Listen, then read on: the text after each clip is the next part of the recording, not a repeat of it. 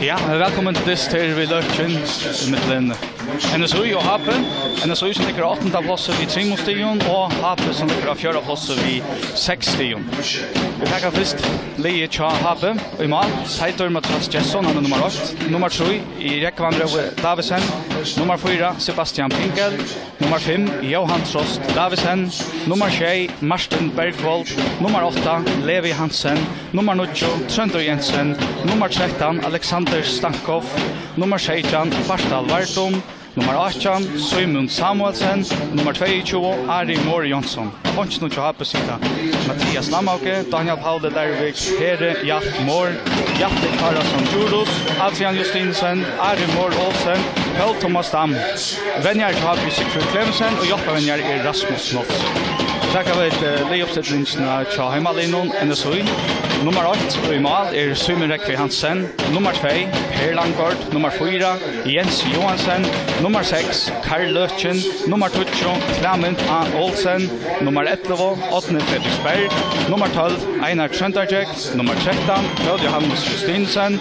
Nummer 22 Barur Jekvansson Hansen. Nummer 24 Betuel Hansen. Och nummer 26 Tobias Vittus Olsen. Abonsen känner så sitter Karsten Hansen, Peter Knudsen, Jan Benjaminsen, Maurice Heine Mortensen, Andre Benjaminsen och Jan Ellenskor. Och domar det Einar Rasmussen och linjevärre Antro och Andreas Peter. Ja, jag har Sanna L. Petersen med mig där. Sanna, vad är det för dyst vi kunde vänta på nu där? Nej, jag tycker vi väntar en javnadist. Två lag som är känt för att vilja gärna spela fotboll. Om det ganska ju sitter 100% i skapen helt jag så där är väl vilja gärna spela vassa spel så det är fotbollsspelare som vi väntar och gå servona att så tjå. Ja. Så kommer man en välaktandist. Ja, jag tycker bara inne för att röna att vinna kanske det ligger mer trösta än så jag får. Den visste sig in hos en Happe kunde ganska vara mer näkten jaunlag, vill jag tro. Men det är att bara lägga i naturen och jobba och fällen att här efter gymnastiken och under allt av fotboll. Ja. Det är NSU som ska ge bollen upp först.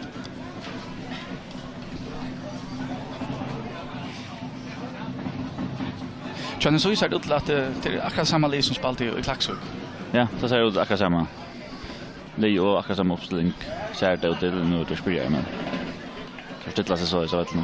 Ja, kan man säga om att Happe ligger här är Nutchur Stankov. Ja, det känns spännande. Då finns det live på plats.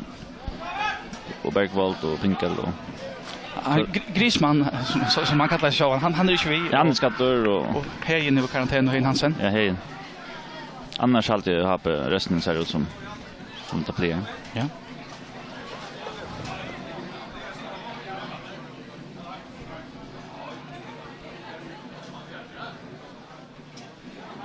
Ja, så säger jag där det är Clement som kör upp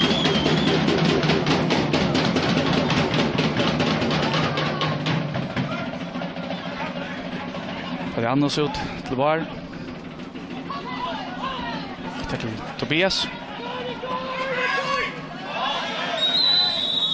Ja, första frisparken det snur till Pinkel som kör frisparken mot här. Ja, men det han drar såna. Det var Pinkel att markera sig när han kom vidare.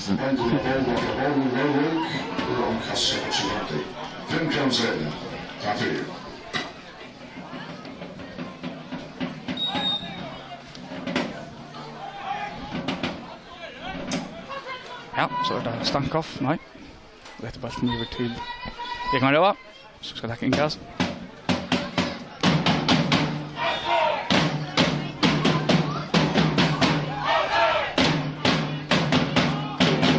Ja, så klämde bort han det samma där. Han finner bar. Vet väl. Den har åttna så ju. Sen det är inte nej, och då är det inkast till. Ja.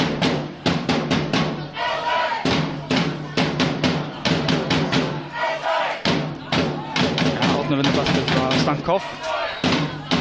Och ger frispark. Ja, frispark är runt gåar stöver. Ja. Åtne tilltagning för att lägga väl för och Karl för oss nu där tror jag där boar om det ska in för mamman eller utifrån. Ja. Så det var Karl. Ja. Sannolikt som går det bättre.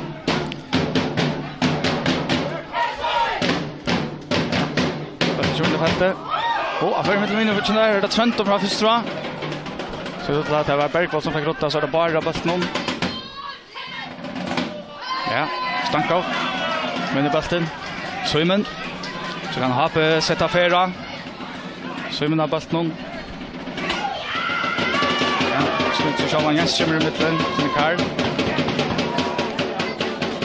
Jag går snart trust är en så in har det funnit kan det en man får ju snacka om det är inte färja kappen men jo nu har det avstrust det 3 hemmadistren man snackar om att det är nummer den så har vi nummer 2 och 3 det sista 2 åren och så ska man la vinna hemmadister och så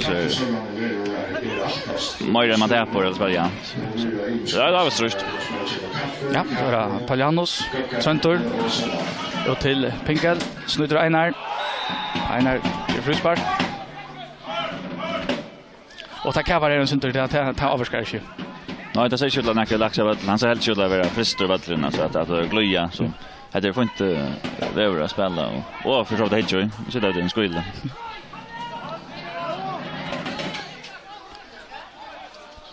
Ja, Einar Hackstor. Här kör där rotta. Han är rätt lös så där jag kan roa. Så där Levi. Fettla flöjde men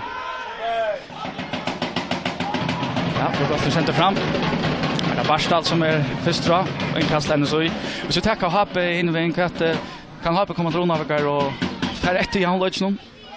Ja, men tycker inte att har ordentligt då spela stilen för att i handlöjsen till att packa sig samman. Men jag tycker att har Levi från med och smart på tamatan att tar kunna vara nöktare vid stövna. Jag gör det. Ja. Men tycker att det regleras varje som det är känt för.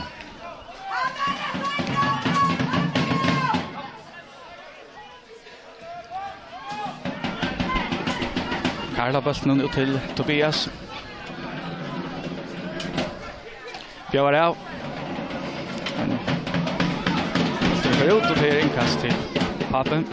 Till Arimor Jonsson som ska tacka det.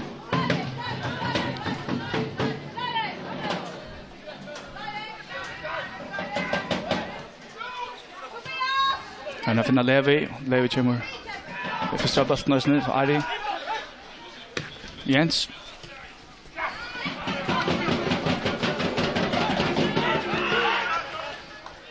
Karla bollen Trentor. Pressar Karl. Per Lengar sändning. Barstal. Ja. Så att Pinka räcker som bollen upp. Där ger han. Ja. Gör det av så fisk förbi Per. Per Färrota. Och inkast till. Jag har spelat 5 minuter nu så vad kan du säga om den distan?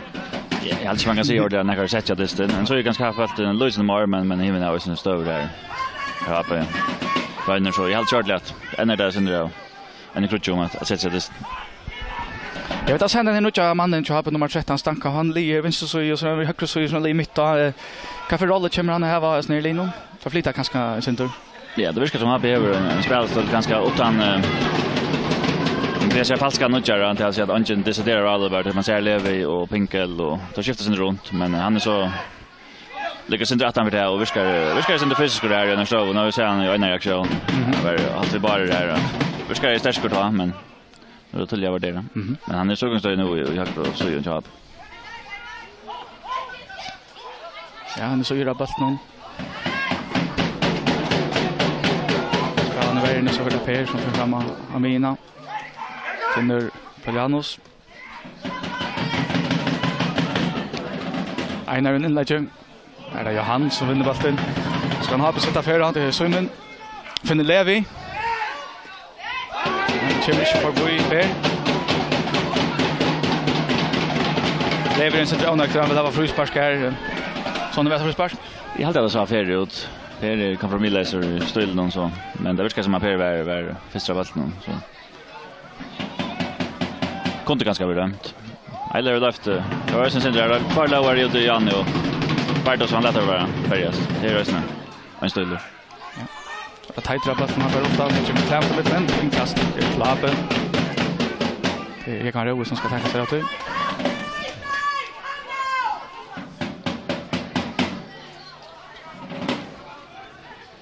Jag kan man se med att Happel man var ju kan hävda så tog och tar kör så ligger rätt länge brott till så som det är så här ute det. Ja, jag hade det att har liksom mest som sagt det att har inte tåla boja efter utvecklingen till att Sean de Happy Haven folk allt och unga vän. Så det 80 minuter läge. Kvar först här. Det är Johan. Så tar här vi Foro. Foro chepa se till rutiner som då helt det manglar och så där. Ganska att det 2 år boja eller så där så man utvecklar det själv. Det inte då skott han för Europa den nummer 5. Heter vi Arvis så ändå ganska nummer 4 nummer 3. Då bara kommer väl i fältet till Einar. Så är det Marsten, det är Bergvold av allt någon finner Sömmen.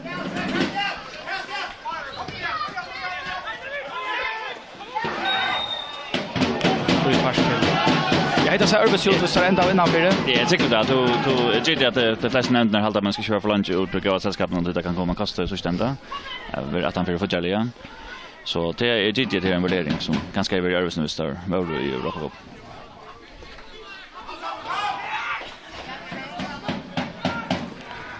Ja, och hur lycka vi har så mycket med mitt när men bollen inte så ut Tobias så det klämde av bollen. Att till bar. Tobias.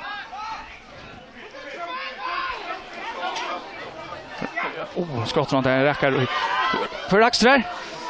Ja, det är Paul Johannes, ja, räcker vi bättre, vad det var bättre av Barshalle. Ja, rumlig chans. Ja, att helvete han kom till han och det verkar som att vatten hej så lite affär och att han fick inte. Ja, vi såg Clement han runt i vänstra benen. Ja, det är sånt inte. Inte starkare benen men han är inte hopplös vet jag.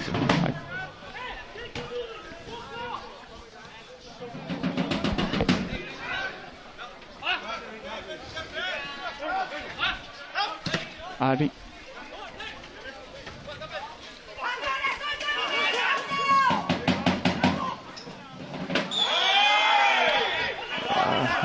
Tacklingar från Paul Johannes. Att ha pass plats. Ja, hatta är ett av dem som närskas korste. Jag har befunnit en rutin vinner nummer 6 här Martin Bergvold. Kan det heta för en han är också en stor fellow och gå onliga. Ja, hatta han som ska fördela spelet och stabilisera midbacken så Happe. Och röntor och allt. Så kommer vi näkva bast någon kommer näkva efter mot vägen efter honom. Ja, nu kommer vi sändning upp här. Han sätter till fältet här. Så Simon. Det är Jens som kommer mittlen och så är det som räcker som är av. Samma lockna så i Köller som är Jens så för då så för han bara kan placera sig väl något att han vill ja, vill näkva bast. Jag tar han nu från Benjamin sen. Ja, just det. Från vi spelar näkva sen ja så tror jag utgången ja från Benjamin. Där man kanske spela mest.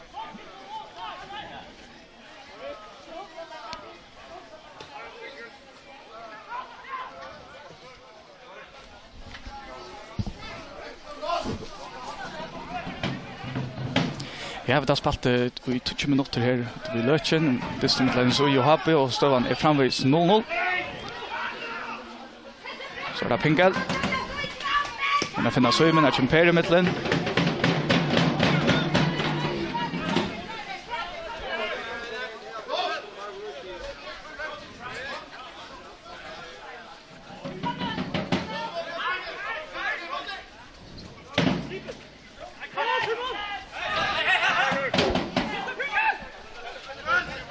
Har vi inkast sin långt framme.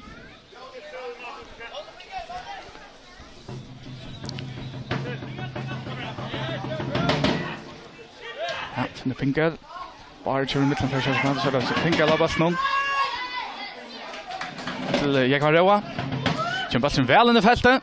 Det er Karl som først drar. 8. Finner Klammer rettelig ansamhandler her oppe. Bare kjører mot Røa. Karl är en längre sändning att finna 8. Det lukkast. Bollen i fältet. Är klar med och bollen ner i målen. Så är det 8-0 till NSOI. Det är Clement Olsen som skorar. Gott på allt sånt. Ja, hade han uppskriften som så är känt för det och flyttar för det att det är 8 som för han här han låg han bollen för det och Clement där teknisliga och jag vet inte vad han heter så där han lite han lite på men normalt som vi fick motdrag en klax för så kretskar här han lucka för fötterna och på mamman och ja ta börjar med en länkare sändning från Karl är för mina som finner han 8 en går sändning in i fältet här i Klammen systra. Ja, det får bara på det verkraste och sen plats så att och så är det simpelt att utföra det så att just att det men det är en länge bulter och gå tämjing och harsten 4 och mål. Ja, 8-0 till NSU. Klamment Olsen som lejen så jata och har på bulten upp där.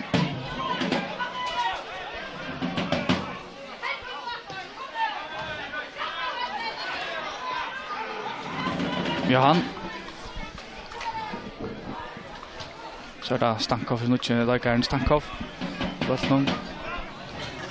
Bergvald. Barer snudden. Ari. Jag tycker ganska gott för dessna att få en mål såna. Ja, det är färdigt alltid till att nu snackar vi om att ha ganska nöjt vid stålarna och inte låta fram och nu är det nödvändigt att sätta sig inte som man vill innan till distan men kan det tolja en och det går tog ju att jag vinner mål innan så det blir känt att det drastiskt. Igen. Nej. Men det blir så läsar ju ut det här man måste. Ja, kan man lasta Habbebergen för att målet som kommer det är bara så gott utfört. Ja, det är ju jag tror på det välja så för jag tycker att det näka li att det snackar om och så är det bara att välja så för att man kanske att en man kan vänta en läst som man säger och det är trubbelt och väljan att den här är bättre än för och jag vet inte man kan lasta den för att täcka kan vet jag det är trubbelt. Ja, här är bara noll. Längre sändning fram emot Klammen men här är inte och för målspark till Habbe. Det är tajtor. Trass Jesson som ska tacka sig där.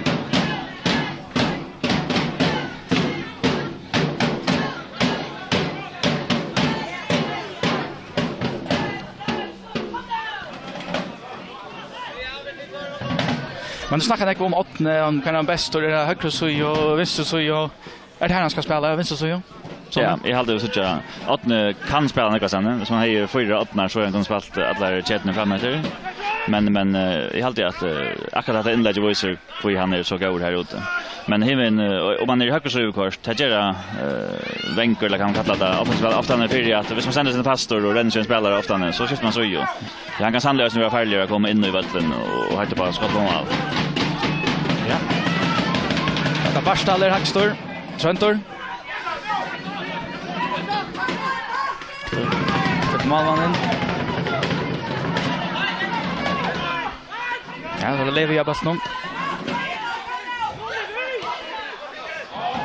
Jag spelar som Levi kommer jag att göra. Han spelade slash fotboll till fjärde halvtid så vi ser. Schweiz har ska vara. Är det inte truppet att vara så långt bort från och Jo, det är att du kan såna löta. More night är ta blue down. Putta truppet sälja som en något en av sån alter. Så man ska köra flank back. Helst on kan det. Trentor. Det är så andra mig var någon Barstad som har bäst någon till Ara.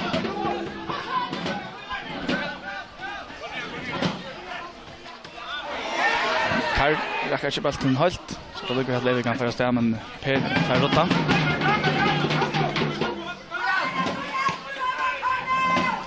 Spelar fast åter till Johan.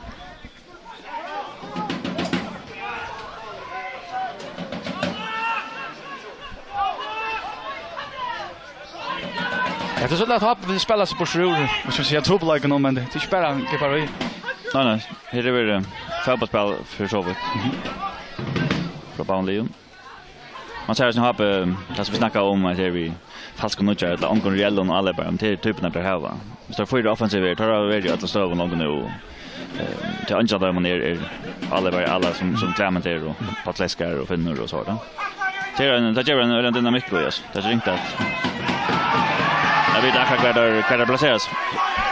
Ja, men så är det ha ska vara inkast till den så och jag hade rakt en hopp jag för ut allt igen. Så där Karl som för ut. Jag kan råa.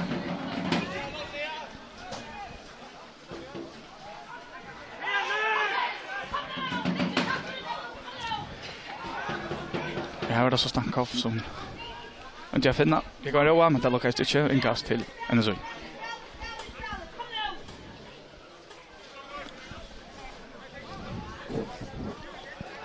Ja, Smajer Seja mot spalter ut vid Lötjen till NSU och Happe och stövan 8-0 till NSU efter att Klämt och Peltam mot lägen NSU 8.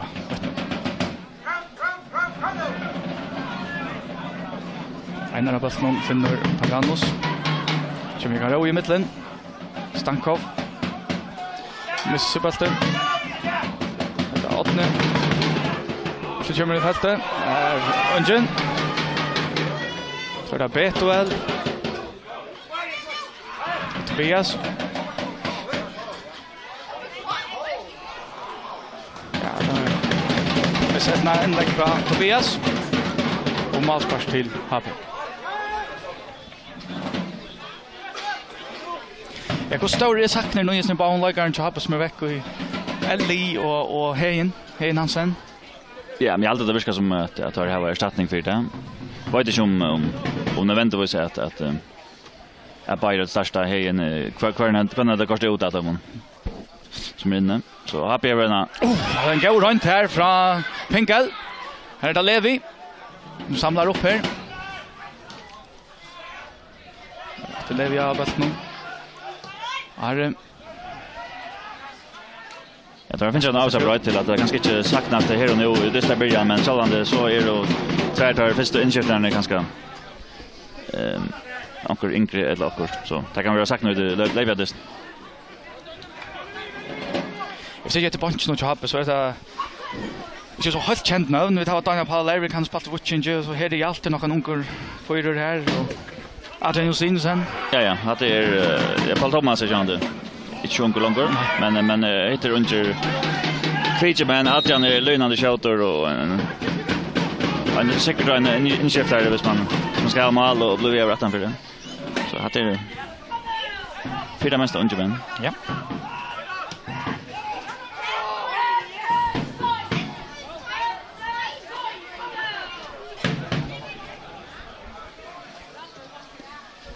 Jens finner Clement, Paljanos. Upp till Barer. Och så fältet till Korax här där Barstal.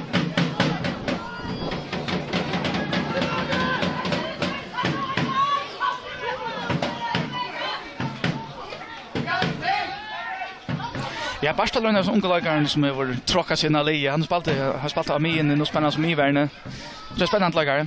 Ja. Lä onkel och men man ser ju han ser ut som han spelar flöjar och krutstärskor och anche han så lite då så anche rocks. Ja, vinner han hade hackster här. Fast det är nytt när hörda. Det var det 8 och så var det att det var Barstal som kan den hotlas på den så.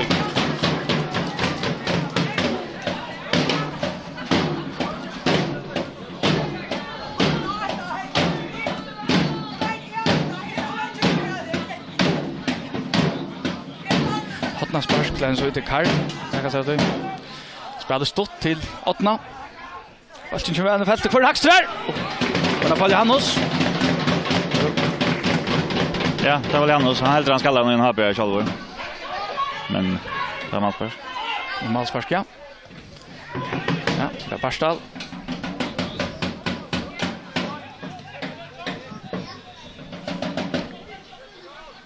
Så jag Karl textar av vid annars sen och förra året att det är 8 som är röjnaråande av Dejpas men att det görs han ett bra ting här. Ja, jag tror jag också till så första boyn så det är högt han om att man inte kan värdera kan vi en skruva. Ja, det är Tobias som var först tror jag. Det tar Barstal.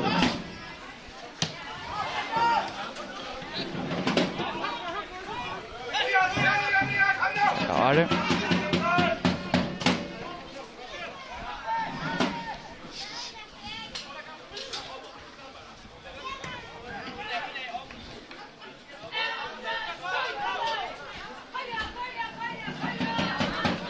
vi snackar inte om spelskipan så gör vi spalt och runt så vi är så säger det i det. Nej, fyra Förra 5-8, det kan Ja, onkel vill säga förra 2-3-8 till men det är alltid familjer på annan. Det är en så spelare på den maten som alltid flest och inte en så spelare där man snackar om system så heter systemet som man ser. En så spalt nog snägg på man men det är inte för skjuter och hur man placerar sig dömes alla kvar 8 ner placera vår in i banan eller så nu lite där också brött och få mångspel och bland fälge. Så en så spelare traditionellt en så spelare hvis man vi snackar ut så. Ja.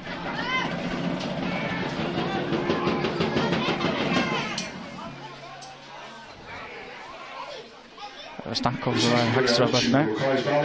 Här står 8.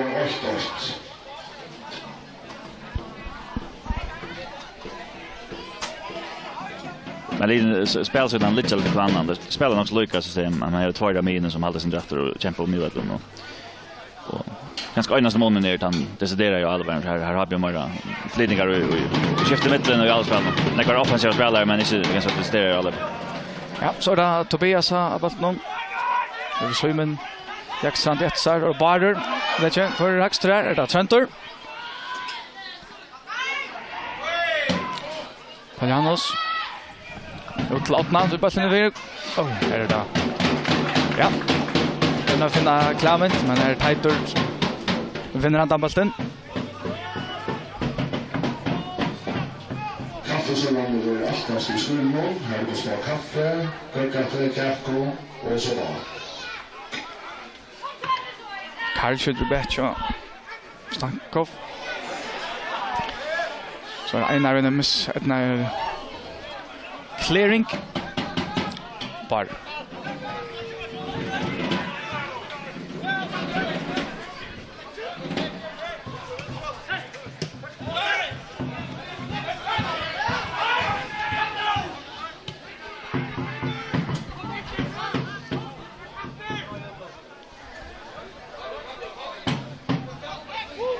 Ja, vi får narskast asfalt 25 minuter. Hur kan vara bäst nökter än så i förr 8-0 men en så i förr jag hade det försökt fullt förtjänt. En så är very mer fram vi Malmö så har en övat och spelar inte mer för sig halvan så har så vi alltid att en så kan vara väl nökter vi överata och försöka förtjänt det alltid man säger. Ja, så då är det och Barer som bara snärda Barer som vinner så duellerna. Här Jens Färrota. Det är Simon.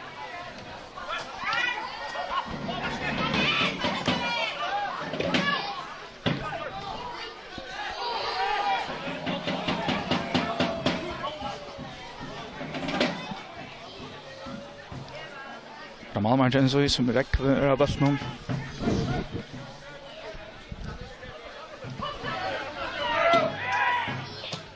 Per vill längre sändning. Men jag finner Clement och är nog Barstad som vill handa bollen här. Trillar efter till tight.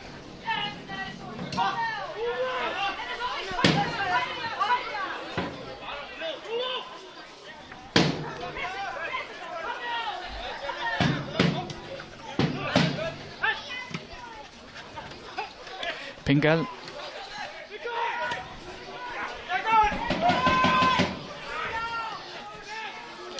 Vet väl att någon Center är bara väl.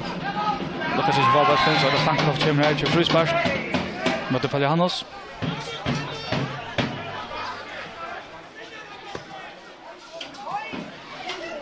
Karl finner Einar. Så är det 8. Vi sänder bollen där jag kan röra som kommer i mitten. Då har man sparklar så.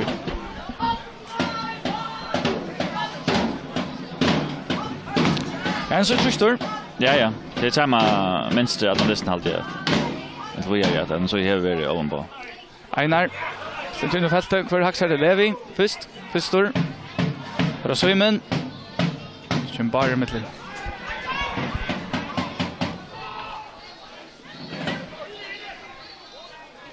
Tacksamment att ni spelar in att om det kommer att 8-0 bättre vet jag kan du köra nu happen så bröt spelet alltså man får efter mål nummer 2 till har jag sen just det är inte så man packar ner eller något sånt det bröt det egentligen inte mig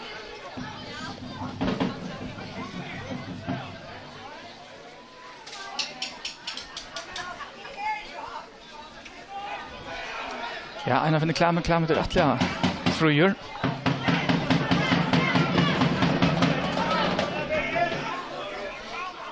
Tobias bjør av. Feltor, ja. Frisparklen er tog. Jeg tror han går hampelig går støv.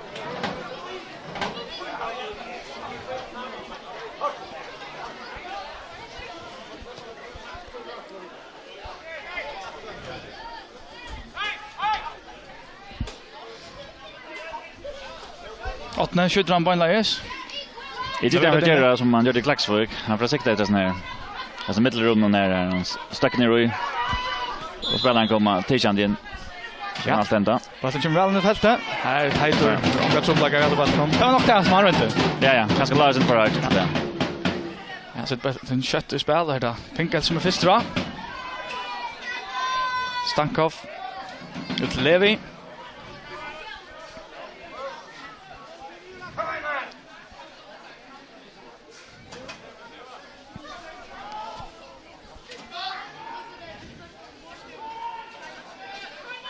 Smart spelare till Happe. Det var kastat för oss att inkast. Varsågod. Jag kan över nu. Så den går stå över Tankov.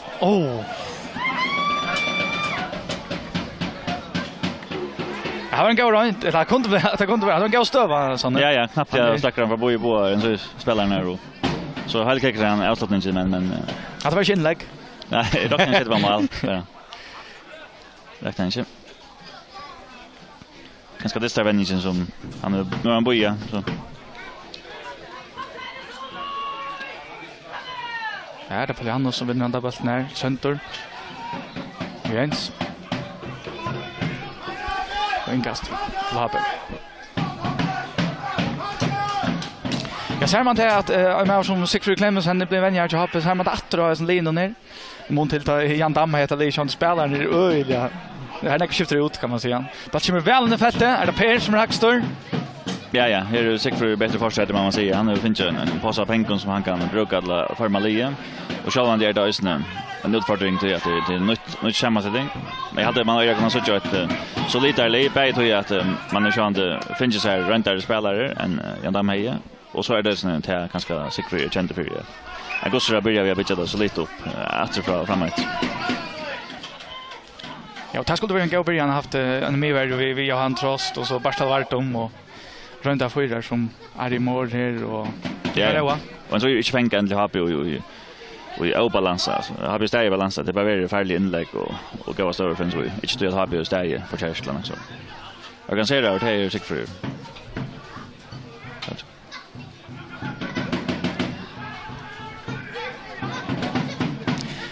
Flora mitt att NSOILI här vi tar med lagarna som kommer in och det är kanske det största NSOILI vi då ser i länka till kanske sent vet nu tjej är så en i Toimon rötten om. Ja, det är alltid faktiskt.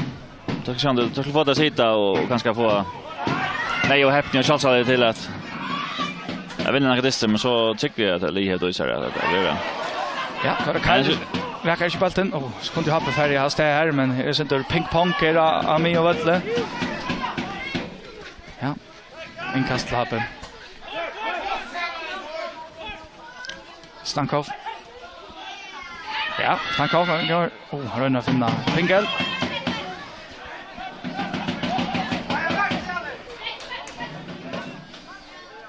Nu är det åttende. Den är bästa från Jakarova. Jag har klämmen. Jag kommer Barstal i mitten. Barstal i fältet här idag. Och då kan vi att Simon fick hade han bollen. Ja. Så på det han måste ju frisparka mot Jakarova. För Happe frispark. Jag vet inte alls han då snackar men så det skulle få det att fungera. Lee är stark nog. Ja. Jag hade en så lite heavy stark och så är det att när vi är på det center upp så 25 år kan man säga och det för så starkare kvar står. Alltså man inte in man tror ju stämmer man 2 så hade Lee blivit starkare runt där så. Jag spelar som jag spelar som Köller som inte vi nu han en stor saknad är Karl full försättningar. Gå försättningar. De passar ju väl i fältet. Ja och så bättre han är bättre så som kom pausen för spelare och tulla så lite så tar Bayer ersätta fått ett goal. Det är väldigt bra. Så det heter en längre sändning från Pinkel. Trunter spelar helt under kontroll. Tobias kommer i mitten och Per för Rotta.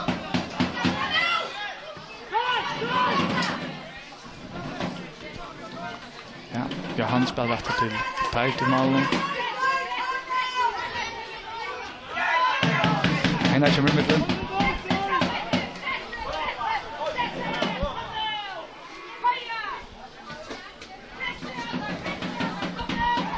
Ja, det spalt det 32 minuter här vid Lötjen och en så gör 8-0 efter att Clement sätter bulten ned ta ut halvmått var lagt. Ja, så det Happe som går ut här Neckför Happjärn i fält någon. Simon. Batten i fälten kommer väl en fyra. Det är Luka vi. Ja, det kan sätta den in så det är så som kan färre kontra bara bulten någon.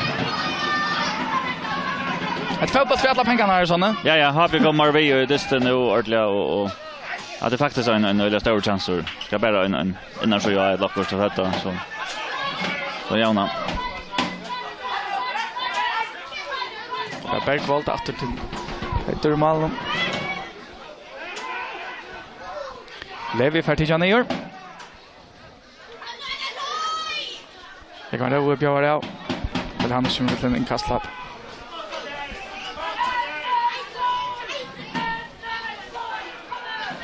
Ja, sändning fram till Pinkel. Han kommer först nu Einar. Bollen kommer väl in i fältet för Hackström. Då lyckas vi stanka och fick att Johan så där. Bergvold. Bara Richnon. Trunter. Kommer väl in i fältet. Han får flyga upp till Hotnaspark. Hotnaspark till Happe. Det är näck för Happe i fältet och ja, för det är ju alla stå. Ja. Men fyra mansen i fältet kvar affär. Ja, tar jag sätter jag syndra distan först så 5 minuter där.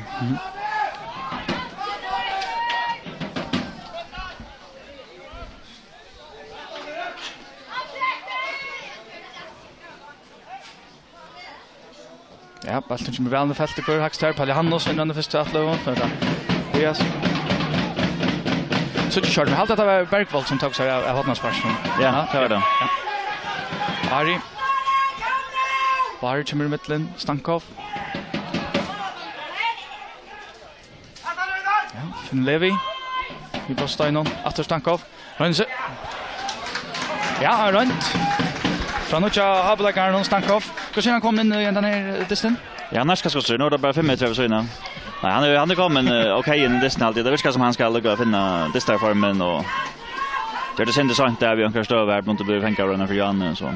Det blir så okej, men man ser att det är potential i halvtid att då så igen.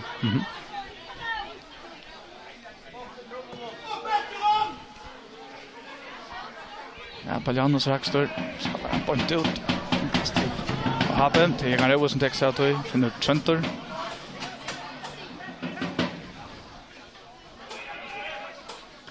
Trunter.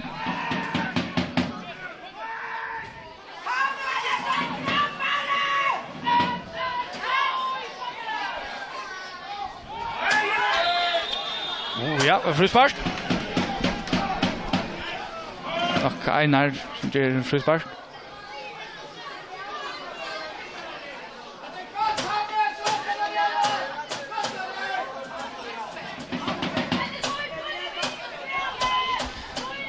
Jag har behöver som vad ska jag säga TG för men då trustar man nu. Ja, det är alltid kan ju vara. Det är Arthur Bergvold och Bassna kommer under fältet. Är det Pinkel som är Hackström? Det är Einar. Ja. Och det så men Einar han är färdigt. Hotnaspark till Happe.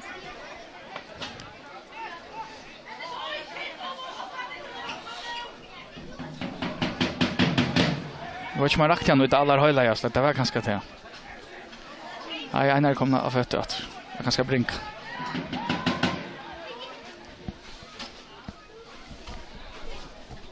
Ja, så är det Bergvold Arthur. Hotnaspark. Väl i fältet. Det är Flöjri som är uppe. Så är det Stankov. Ari skjuter. Ja. Jag ska dra in där. Ja, vänstra backen och tja och Hape.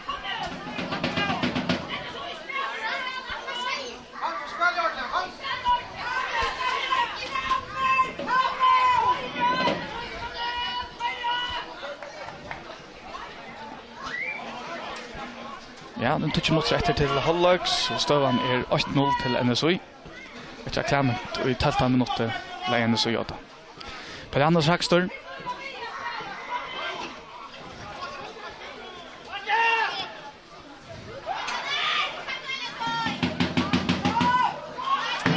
Andersen hantar bollen här. Fruspark. En så gör en sån övermat här som nu vet Jordan. Det är helt det Jordan. Han kommer. Det är inte fram av bult och man och det är ganska center hasardera så är det okej att man fruspark.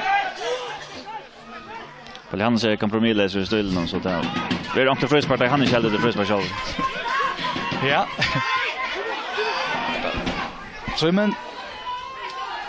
Pinkel och den finner Simon att där. Lukas det shot så det bättre la bollen. Happe vinner bollen återfra. Då för Ari. Ja, bollen kommer in i fältet. Kvar högst där. Einar första atlevo. För det Levi av bollen.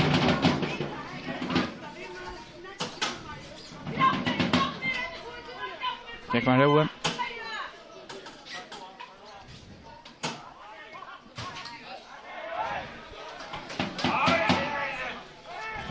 Så är Stankov. Levi. Åter till Stankov. Töver och en center. För Bergvald.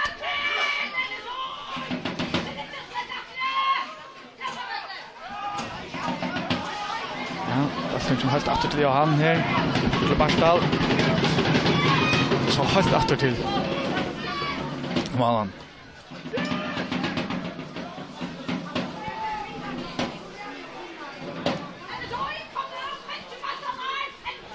Ja, som passen för upp och inkast till. Hape ganska mer av bollen nu. Ja, det verkar som en så trubbel att hålla fast och spela. Hape pressar väl, kanske kombinera vi en så spelar. Sen så sätter nu till ofta eller bättre tension som hänger samman. Man blir pressar och tänka men. Så det bara som är färdig i det visst så ju nu. Som en läge här, det klämmet på då läser. Skjuter! What det var en öliga orange. Vad ska snära det var så när vi stannar så. Vad så då nog så när men det var ganska slätt. Nej, det är ganska 2 meter så innan alla han vi ska man räkna inte ordentligt han för en tunt då han är pura läser där klämmet. Ja, nu har det bytt om till att nu och bara så jag bara kommer en gång den där vänstra benet. Farligt så. Farligt så ja. Var det tighter?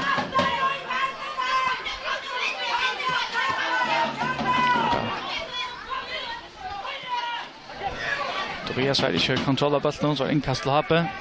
Pinkel till kött av för Simon. Stankov. Ari kom den av bollen när då Pinkel till så inne. Stretcher in. Skjuter. Nej, kör. Målspark till NSI.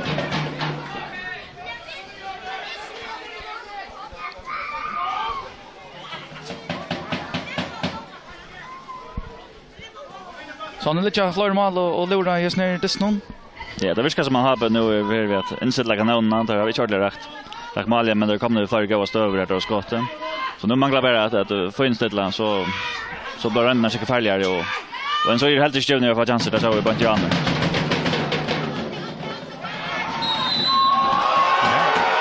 Ja. Det fruspark till Hape, Åtne och Ari har tagit kon.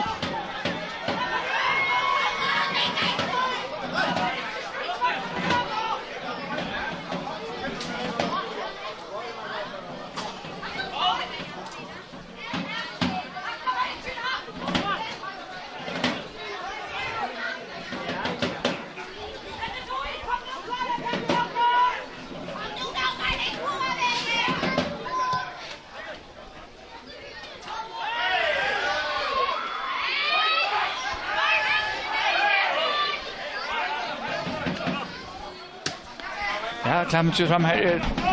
Sen så gör det inkast till Abbe. Jag flyger närmast nu såna men blev höjter. Ja, jag alltid finnas det att Arsenal Eiler dömte väl och Löver och Centra och vi ser bara det dumt alltså. Så han frispark men här näka så chanser som han har lätt färdig här ganska två män bärgast. Och är lojk och dumt. Det är gott för det som inte det så stäckas väl i ofta.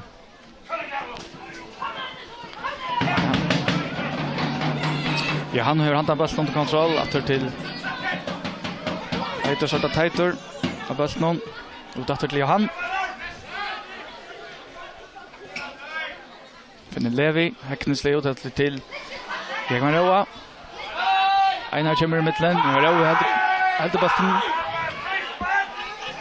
Och där Pingel. Ja, bollen i fältet och Per Hackstor. Einar räcker inte bollen. Stankov.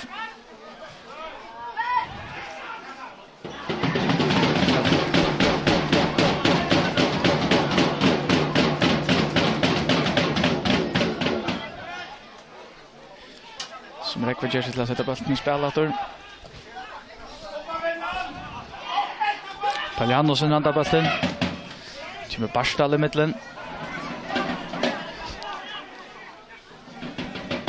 Levi. Som en tackling här. Frispark. Einar Josh nog frispark nu i sånt. Han kanske samlar upp nu till Flagolfkors. Ja.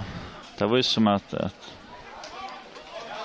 och sen ska linjen läggas och han har runt att börja det första goda gården. Han har haft ankra möjligheter just då, men det är spårningen. Ja, han har bara Einar till syn. Han skriver ner så då.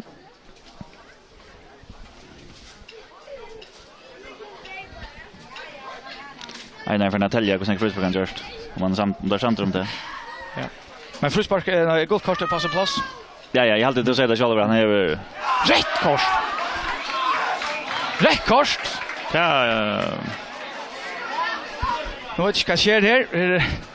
Det drama här. Är det Einar Tröndar check vi finner rätt kort. Såna kan säga de här. Jag syns chockerad. Ja, vi snackar om samla upp gult men är det något som man har sagt att han har eller ja, det är. Det får vi inte veta. Nej. Ja, men faktiskt är att en så gärna har finns rekord Einar Tröndar check finns rekord. Jag vet inte om det är en alltså stämplar han är bara en så är det ganska sent ut till frispark om man mäter det så farligt att det ska eller vi dessa damerna fortälja annat det. Ja, för det frispark till Happe. Det är åter en annan för Martin Bergvold som textar ut höj. Det tackas om åter. Eller inte flöjta.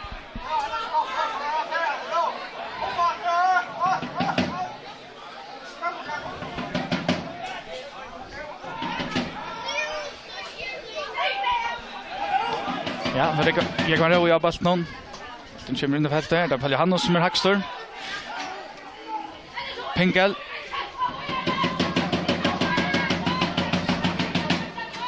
Så men vad ska vi använda fältet för Hackstor här? Det var inte Jens som är fel, ja. Det är alltid var Jens väg att jag vet det. Det är väldigt stort. Ja. Ja, han har ju väldigt chande. Det var som att det är Levi som är lite chande här. Nej, han ständer upp med kul. Han tycker bara så vart dem. Att han manglar. Ja, bara vart dem.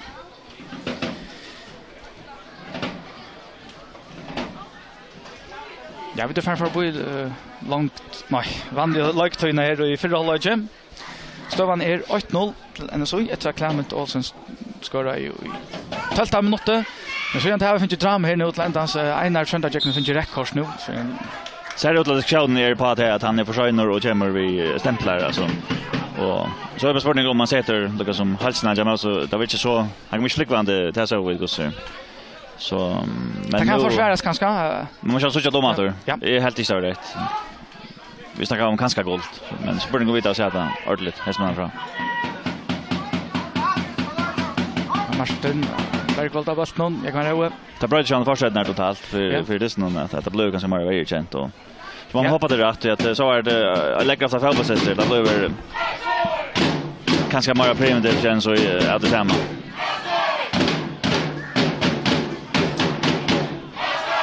Så tycker jag att domarna har lagt det rätt men man har lagt det ner så färdigt.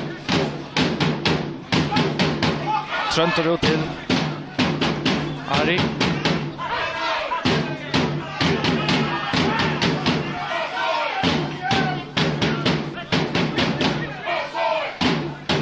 Simon.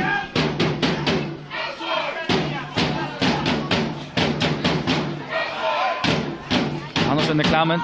Han kommer ut när Barstal vinner bollen. Det är 8, sätter fyra.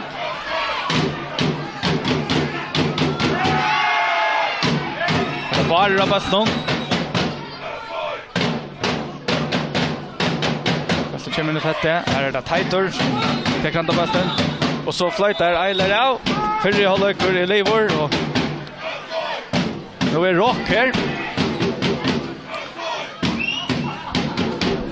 Så kan ske här sån.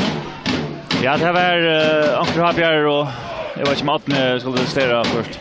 Rekord. Har borden av Färberg vill se hålla sån. Men det är tydliga och nökter vi där är korsten. Jag har alltid sagt att diskussionen att har visst så det ser ut att vara tacklingen och inte också som en har sagt. Och det kan vara också känner för något så här dumt att det var inte om det är så smart men det ser ut att vara ett strängt rekord att döma. Ja, vi ska tacka samman om den här förhållningen såna att ja, så man ser en liten halvan dömaren så sitter och till mesta kommer till rättande inlägg och har här en anker över men till nog så långt så är nu inte reella målchanser.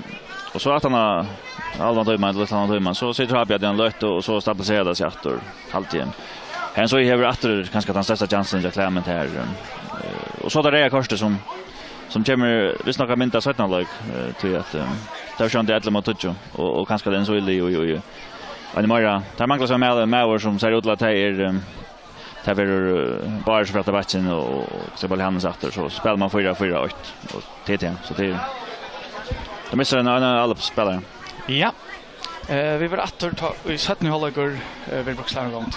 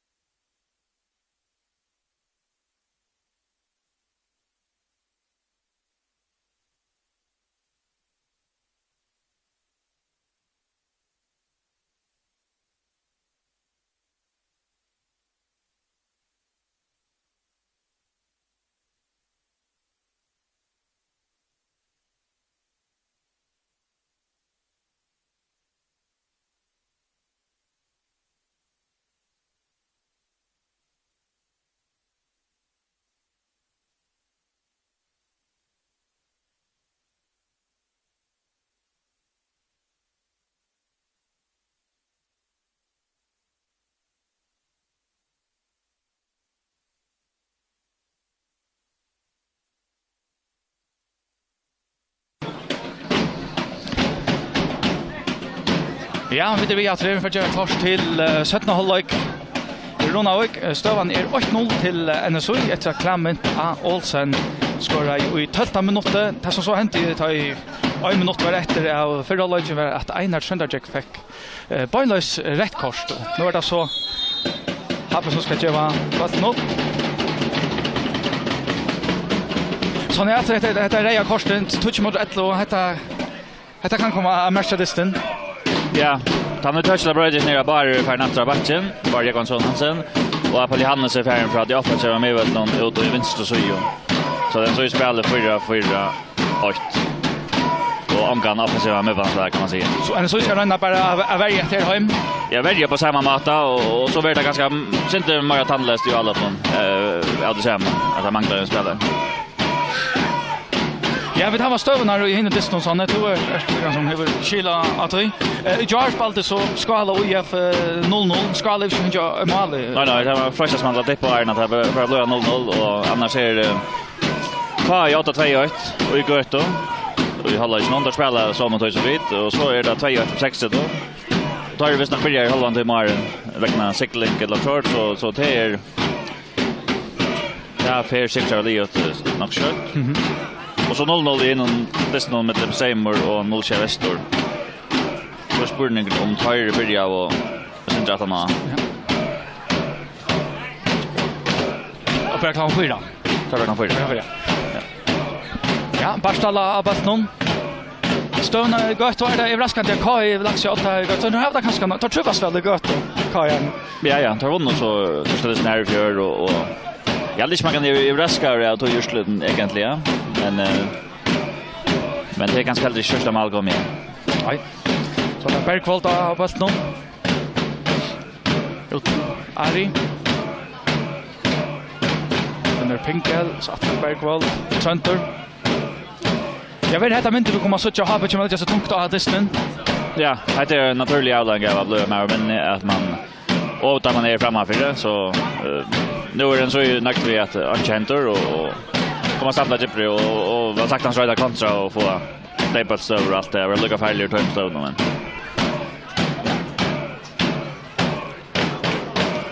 Ja, Hunter finner. Det kan Roa. Stankov av Bastnon. Snacka bort Bonja av Bar. Ja, så är det Barstal av Bastnon. Fram till Stankov, till Tröntor. Spelar fram till Levi. Utåt till Maroa. Happe. Era Abaston. Ja, han har åter till Barstal. Kanske så ändå så vi bara då på kontra nu såna. Kontra och standardsituationer gärna och Frisberg här kan man försöka att vara lika farlig som vi tycker som heter man nästan. Det är så att det var trubbel att sitta och spela någon men så gör det första halva timmen i fyra lägen. Till trubbel känns vi. Ja. Så är det Jekman Rowe som för lite att jag vet någon.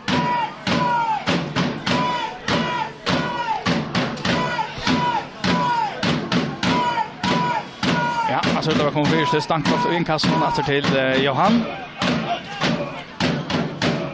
Sen det Bergvold.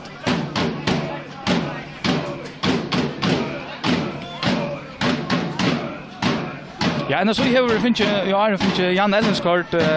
Han är väl in det fältet.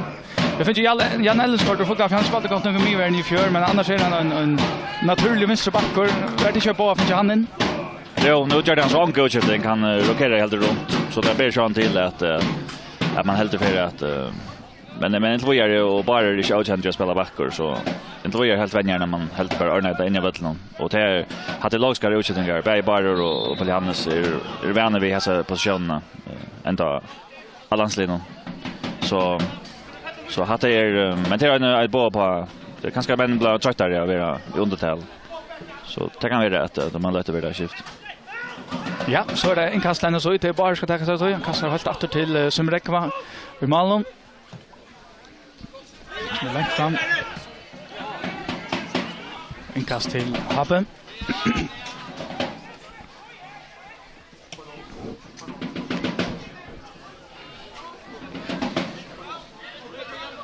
Kan vi vanta av Happe, kan det være at han får veldig lager ut og kører kanskje en Adrian Justinesen inn et langt annan Takk om velbord til at har Adrian I skjøter og det ganske allikevel at har nøkter vi har at jeg følte inne nå til at det kommer sidan jeg var Adrian ganske opplatt kontraspelare, ja. Nu ser det ut til å ha bekymmer sidan jeg var spelen og være en så I halven en så I verger så men det er en god spelare men kanskje ikke akkurat til det så tycker jag att ha på Kari vid nu under fältet nog slanja till att men flyttar sig bara framåt som du så jag gör nu. Ja, fast det spelar väl in I fältet han kommer in fyra för det första att det är Paul Johannes finner Betuel och så efter Paul Johannes.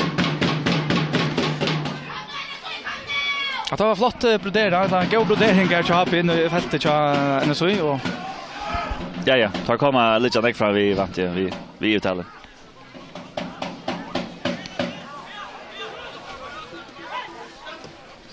Trentor finner jag kan roa.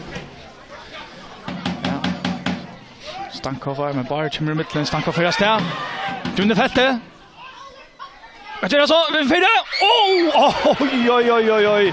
Här var det Ari Mor Jonsson som var ölla nervi.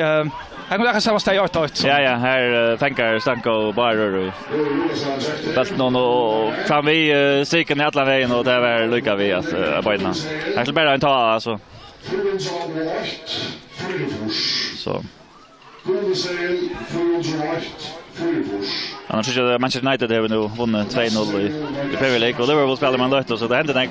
Det händer näck för vad sånt och till Östern semifinalen I FA Cup. Ja, så där Pinkela bult någon. Trentor. Tackar I batch och Betuel. Och är det av bult någon åter till Trent. Och Trentor han finner. Jag kan roa. Det var Paul Johannes som I mitten. Ja, matchpass till alltså. Det ser ut att Soren är jauna. Soreli. Ja, tar du jag är det inte så mycket efter jag tar det och halvan till man har 46 minuter. Tar Jan Krossla som vi brottspark jauna 2-2. Ja, mot 6-3. Kanske av till sin femte jaunlag. Har det? Ja. Ja, hur kör näck? Verona vill stövan 8-0 till NSU. Vi maler fra Clement Olsen 13 minutter.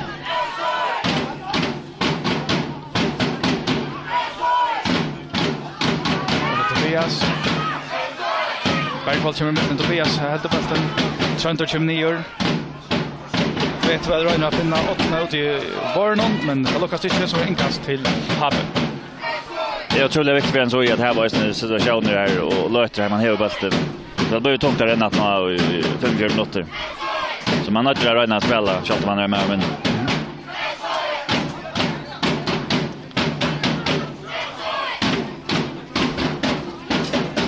ja, på 6 så har vi så NSU ju vunnit Landskappingardystur och det på 6 var heller inte. Här var man tar mer av hela banan innan. Ja, på 6 det mest hvis man tar topp 5 för så där man finner för innan och är själva fast det. Så det center så är ju jag för mer till just men det är så själv nu att det är överlin för att ha rakt eller gå I någon annan. Och efter det och efter gött och så nu får komma en förra dyster eller förra för här inte för räcka annars nej. Så man så om vi får en nytt topp 5 och är det om 24 lite så själv och det har varit I morgon vi för så. Ja. Och där på kvalitet och han. Ja, och till Maroa. Snuter Paul Johannes. Spelar in I fältet för högst här. Så med färra har han finna Stankov där lockas inte I mitten. Det är Pinkel.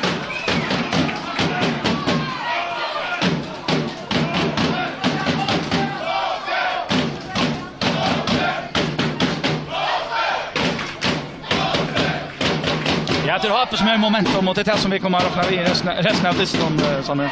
Ja, jag tycker helt men det där så här. Nu vi sätter alla ju och vi färra så ja. Resten av listan och så kör han det kan nog sända. Det kommer mål och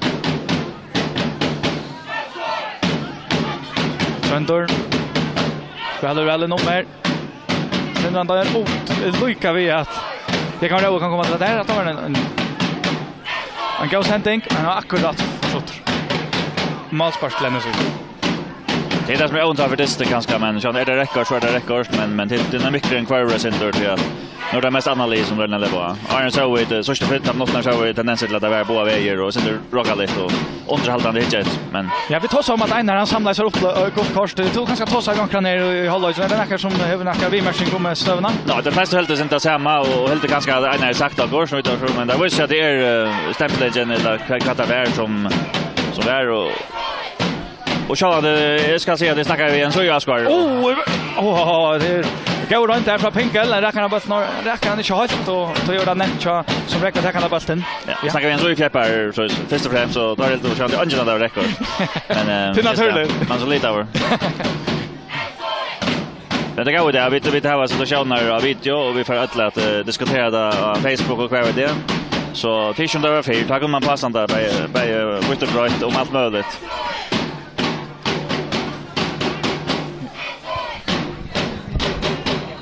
Ja, det har som kan bli jobbater. Johan.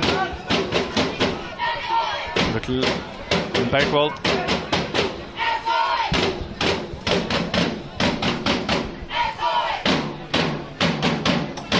Sånn man har sett för livet i Sorde. Han får nacka. Ja. Ja, Johan har bäst någon. Levi. Han ser ut att vara 2-2 igen. Ja. Han må fara på Everton i Jellersta. Jo. Arja Baston. En Simon. Levi. Rotator till Simon. Ja. Smutter åtna. Valt här kommer klam i mitten. Happe varvade Baston center. Rotator till Simon. Ja, Baston kommer fast till kvar högst där. Per första att som en rand för åtta.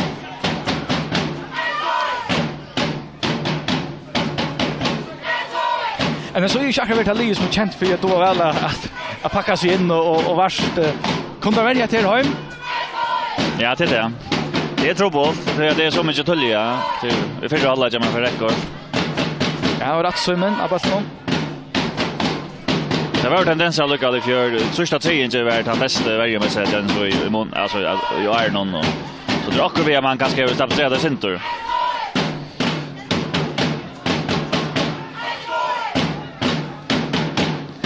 Marstal till Johan.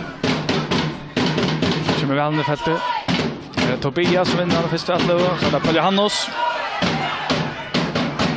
Här finna åtna. Kommer han har med den tekniska kan sända Tobias och stämma till Lukas Ticho har på attrapas någon. Center. Bergwald.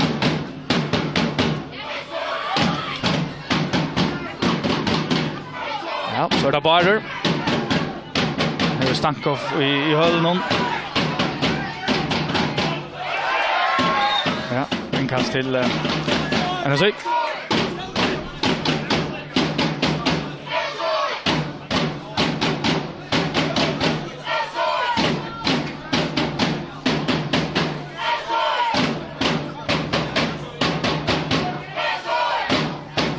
Bara länkar den kastar. Under Paul Johannes och Barstal. Han får rota.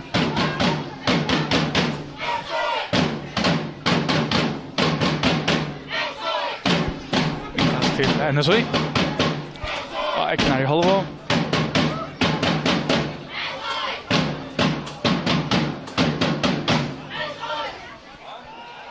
Det är Tobias som ska täcka sig av en kast någon. Så längt fram och finna klämmet är nog först att över för åttne. Ja, det är Johan som väljer fyra. Och det är Ari Mår Johansson. Just det. Startar vecka Ari av Bastnon. Ja, han finner väl Pinkel. Skjuter! Ja. Är det Per som kommer i mittlen. Han räcker på inte av kroppskinn av Per. Tröntor.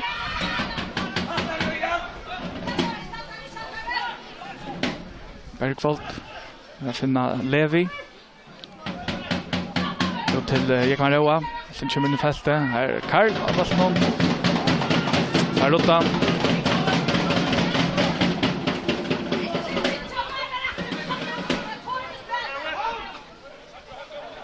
Ja, så kan man säga om 15 minuter lagt här av Örnhållage till Rappe som sitter där. Ja, det kommer för så i halven och haven får chans till platser som en med Reka Jever och utnyttja det så då till att.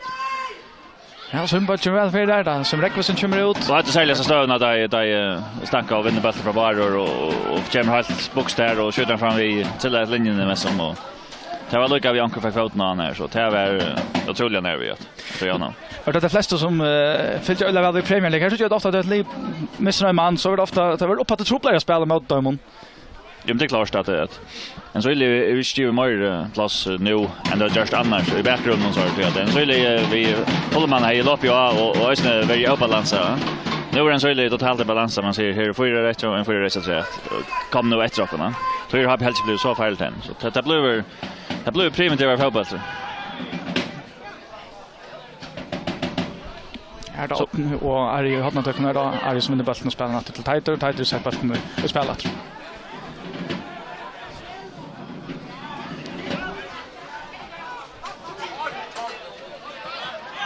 Ja.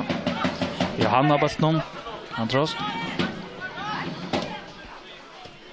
Men nu finner Pink så här fruspark. Du har Peter rätt att gå stöva. Ja.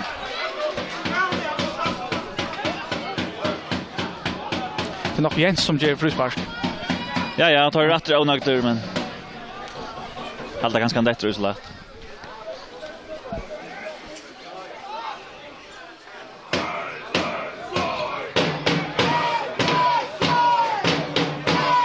Ja, fruspark heter en god stöva.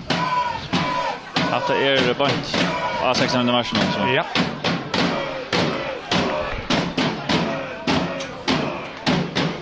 Det är Martin Bergvold som ständer bollen här rösne Alexander Stankov.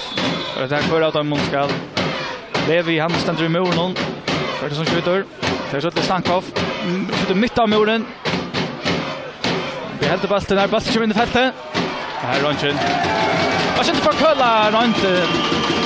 Det ser ut att Sorgan har skorat till 3-2. Kan man vara helt mot ändan. Så här är drama i Sorgan. Drama och Sorgan ordentligt vänta sig i toppströjen. Toppströja. Ja. Soring är åtta 3-2 motor på 6-3. Vi står då. Ja, Paul Ingasson som är över. Ja. För att mig var inne spela, nu var det ju större det men det var han just fått för alla de myrorna men det kan vara det är en deppas då han är framme och ja. Så det stannar så till frispark med motor Jens.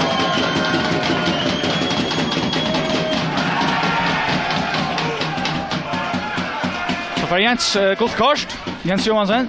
Ja, han ställer bara tillbaka för vilja för att dra alla. Det han må nog se Jordan. Ja. Bajna. Det vill jag inte skjuta.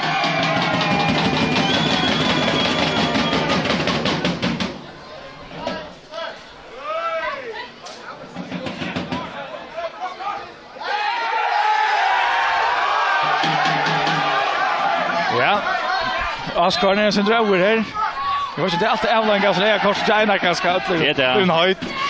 Det kan säga sen det kallt i väggen så det är gott att röra sig till rubber center. Ja, ja. För han som andra bollen. Center. Så där Martin Bergvold han centrar den längt fram och halvna känner så är det Per som är högstör. Stankov på bollen.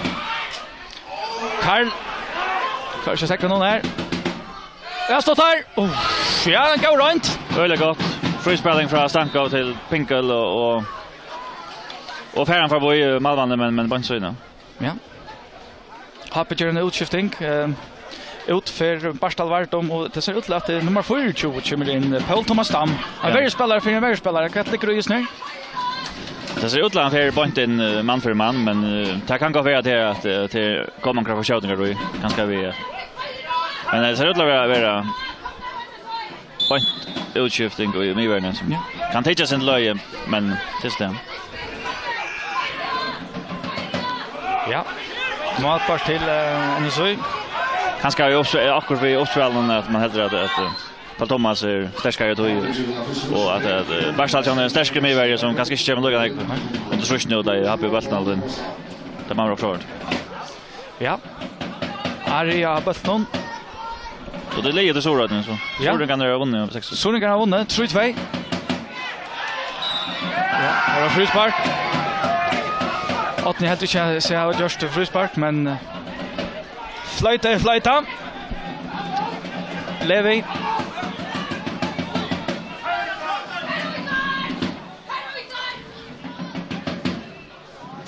Där Martin Bergman finner att det är sändning. Lycka vi att han finner Ari här. Kastar kallt. Tobias kommer i mitten. Jag kan inte hetta vi solingan här. Nu ländar där chatter vant ju. Nej, och tar harstande för det att har vunnit mot det tar man vikar in för gör så nu har där går så först där och en så ska nästa final så där spela så så det är väldigt topp och talsti och så men Bötton skjuter. Ja. För vad det kan väl vara att alla att han umfar. Ja. Ja, så när går runt här från Simon. Så vad tycker du vinner så är det att alla. Och hinner vi in på 60 det är en dick smöte jag tar. Ja, det är så för jag anlägger en airshot okej till det gå med så. Men bara så har det haft det koppar totalt in det att han inte vänjaren kan komma under trust. Ja. Carlo Stankov i hotnatökon. För Tobias. Sätter färra. Sen samma det så in här. Så kommer det fältet korrekt är Paul Thomas Nam.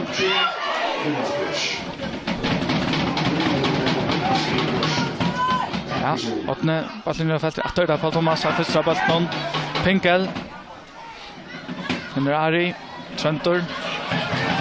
Så där Bergvold.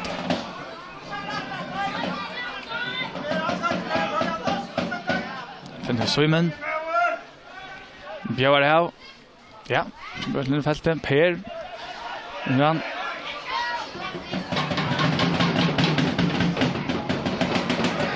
Ja, åttne rönna finna klämmen till att lukkast. Så i framvis av bollen. Åttne klämmen rönna applåderas i Jöknon. Med åttne av bollen. Inkast till en sök.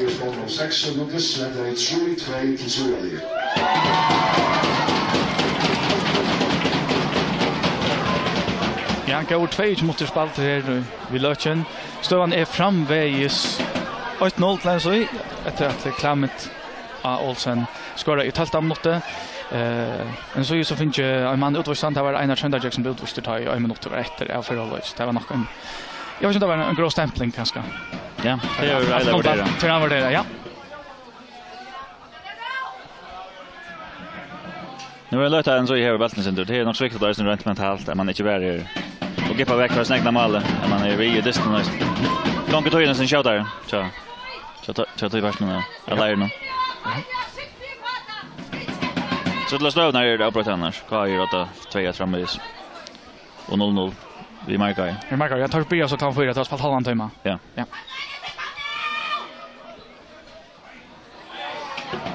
Ja, inkast till Habbe.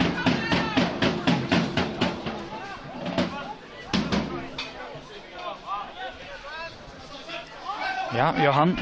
Bötton. Nu gick man roa.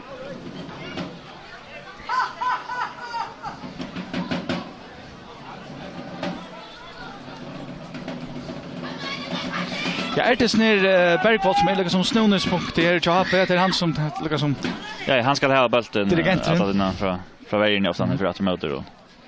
Ska fördela det. Fast det kommer in i fältet här och så men Per Carlotta och typen som inte gör några fantastiska alla men mer att dirigera spelet och är det här spelbara alla tunna. Så är man för nästan av Per kommer i mitten. Det bara slår man här det bär och happy här.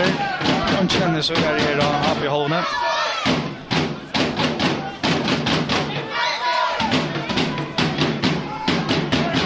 Johanna Basnon. Levi och därför till Johan. Ja, jag kan roa.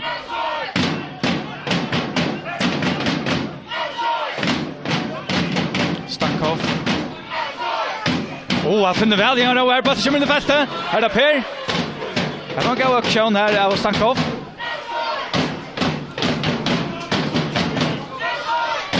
Thomas.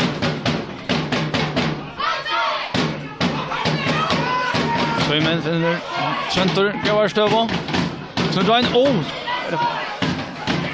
Lukka vi finner Levi. Men som räcker för fast i basten.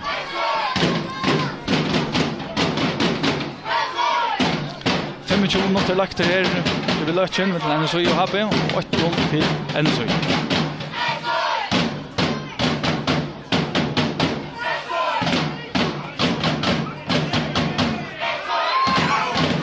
Så er det Karl og Pinkel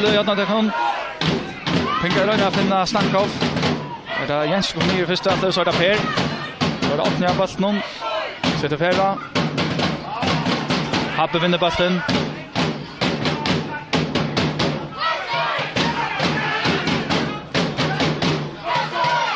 Center.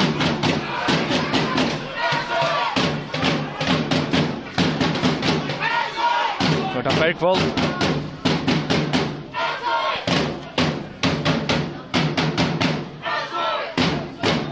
Strømmen.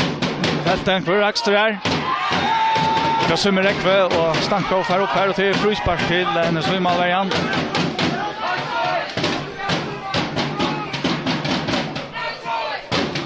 Ja, han vill inte det. Det spelar Per och Snever och truppläggar.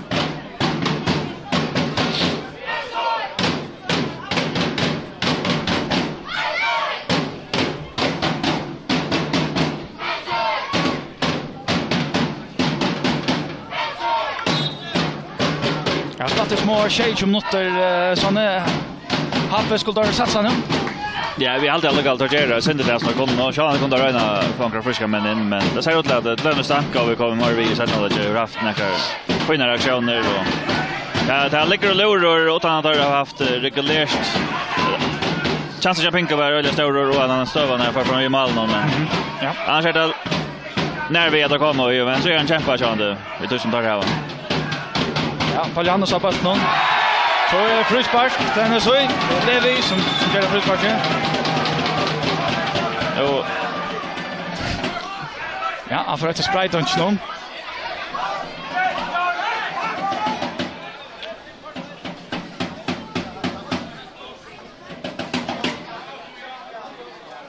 Ja, det är Karl som ska. Det här är chansen att så i. Det är chanser men det ser ut så är det inte värre vi att ha fyra mans aktier och då tror jag det går. Men det är en sorts öva som kan bli farlig. Ja, bara kommer fältet för högst upp på Hannos. Ska vara ut. Klammet är underktor. Han alltså vill skumpa igen och Kattler, men det är målspark till Habbe. Titor Jesson ska ta sig av det. Det är väl långt att sätta bollen i spel. Jag klammer helt rätt. Johan helt för fast in när så att de inte nära bollen men det kan dömas alltså till rent för. Ja. Aria av bollen.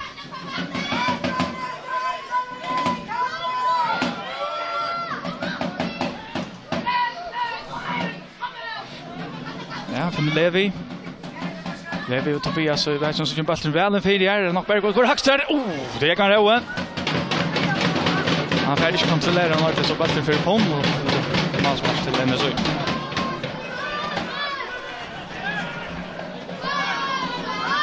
Ja, det ser ut som har kommit till alla tyna där man är med i utdela. Man får alltid kunna komma över där. Ligger väl för att skjuta in fyra och sen så kan man vänja sig vid att det är några bollar i fältet och stå över. Så ska det ske igen. Det är helt rätt. Ja, Trönte vinner den andra bollen här. Så kan Happe sätta fyra. Så i minna bollen någon. Skjuter. Fått det så in nu.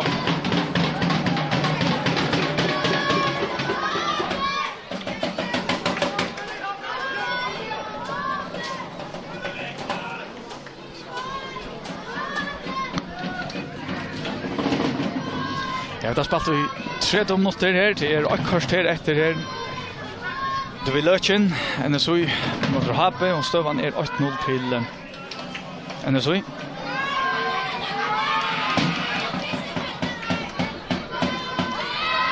Så där Martin Bergvold av Baston. Men jag finner så i min man har Karl lite bättre att gå i mitten här.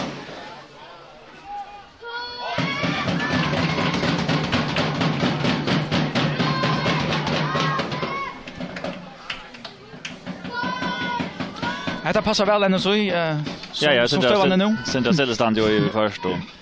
Det är trubbel, den så i hade en trubbel vi hade ganska fem sammanhängande allmänna men right now det är nog så agenda till att man alla det nu i varje stöv och trust och så blir det en galet för det så. Ja, det bara som vart nog med Palianos. B12. Hannes här är det. Jag kan också med den och inkast. Längt upp i halvan i Chahaben.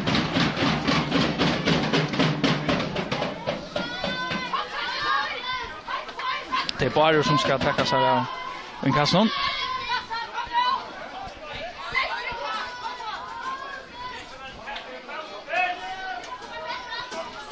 Ja, det finns ju väl en fält här till Palianos som är högstra.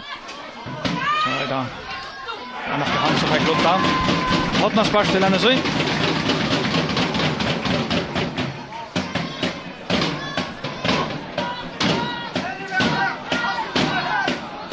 Åtne kan finna på att skjuta han här direkt och i mål. Det är Röjne Gossfjell. Ja, han är bra där. Kan skapa fler för bästa allt nu och han första listan med Seymour tar rakt han atterstång på en lös. Så han dog det. Ja. Det är Åtne. Som väl fältet kvar högst här. Det nog Martin Bergvold som var högst. Och det är Barur och Pinkel i hotna tryck och Barur vinner bollen. Ja. Åtne för tantan. Björn Paul Thomas Stam av Barur inne i fältet. Palianos högstor. Ja. Jag har åter i hotna tryck här. Clement och Johan. Så står kanske det här såna. Ja, men att menar om gärna Clement helt rätt att han textar helt den gratten det landar fast. Ja. Kanske bara halt det går ner där ska ske. Det är alldeles då. Trent Robinson. Ut till Ari. Ara. För det Trentor. Rönse. Skott Rön. Ja. Ja, skott ut bra här. Ja, det är så kvart linje lägger man vid straffen till att du först gör någon sparksituationer till ofta när att alla bara halta vägspelaren och båda vägar och du kan stömma så hade det en trubbel situation tycker jag domare att vita kan gärna vita. England så lättare ofta färra. Det färra. Spanien så för allt om kall och straff. Ja. Det är han som är högst och vinner bäst när. Jens point upp i loft. Pinkel för tidigt bollen ner. Bergvold. Så men finner Pink. Ja. Åtne av bollen färdig körda han under kontroll. För det Happe som kan. Ja. Ja, han i bollen. Ja. Ska jag hötte ta skall domar flytta. Ja.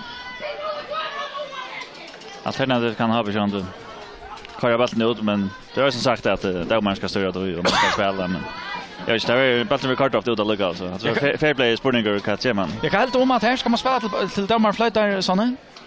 Det var ju just. Skott på mål. Nej. Nej, det är trubbel det blir sagt att det är inte också spelarna över där att stäcka spelen men man gör det ofta lugga alltså. Det borde kanske komma grej utmelding från domaren och kan det där passera så man inte så vi lyckas med där och tar färre och skorar så att du askar helt det där inte fair play ja. Är det något här? Hvis det är instruktioner så. Ja, det är också. Ja. Men hade det är sånt där man ska stäcka då. Vi ser. Vante för det. Så det stanka var bäst någon. Finner jag kvar Roa. Fast det kommer väl i fältet för högst där.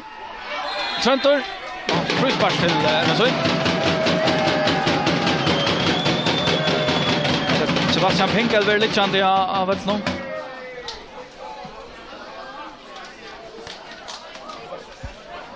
Ja, smart touch mot rätter. Ja, nu är det till att hantera. Ofta som för rekord så touch mot rätter. Så är det så väljer man sig på skjort men det tror jag i 5 minuter. Så inte utländska orskan så är det inte undan. Att inte det. Alltså har bestämt till sövnar då det är mer och mer men så är man nästan möjligt att skifta ut. Just det. Man helt det. Men jag hade inte sagt äntligen att men inte orska eller vara väl någon. Nej.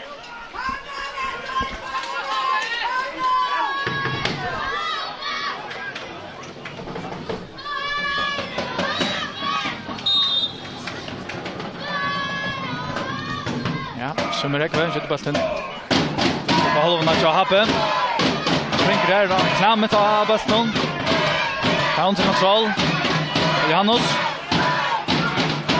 Bättre liv Karl.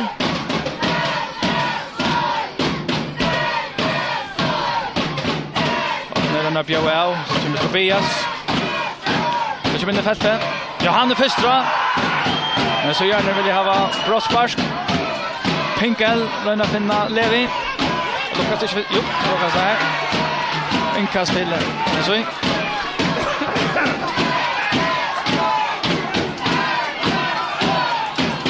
ja, en så vill det ha brottspark. Det är det samma. Det var helt görs inte då.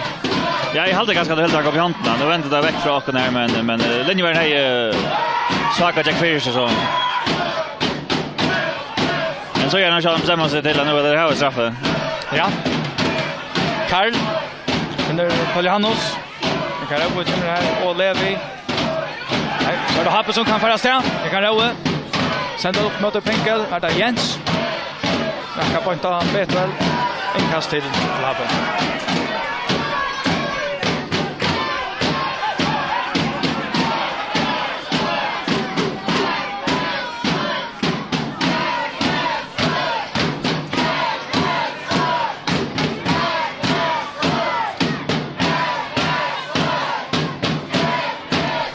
Thomas. Gåar sändning fram till Emaroa.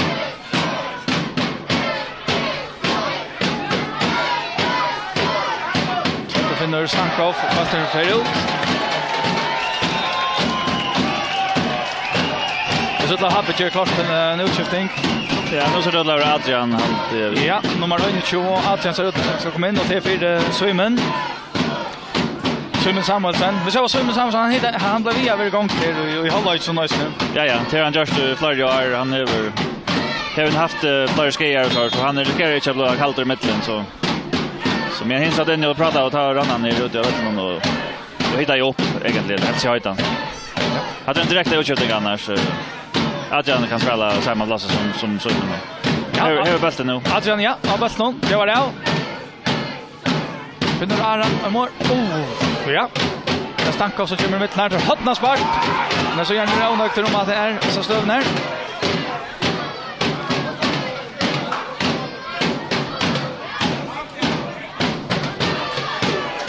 Så det är Adrian som får ut att skjuta till hotna sparken. Vi har på. Väl en fäste. Det är lika vi att det är Armor som kan sätta Nolsjö Väster Laxjata. Markar. Vi markar ja. 8-0 till Nolsjö Väster. Förr kommer igång. Ken Falkerberg. Skorar jag östen så det. Ja. Nolsjö Väster kommer igång. Ja, vi hade ju snart hört Nolsjö att han trodde det men man hörde att det hade spalt det alla var egentligen ohäpner att jag vill inte säga så. Det kan vara det här var en kom till.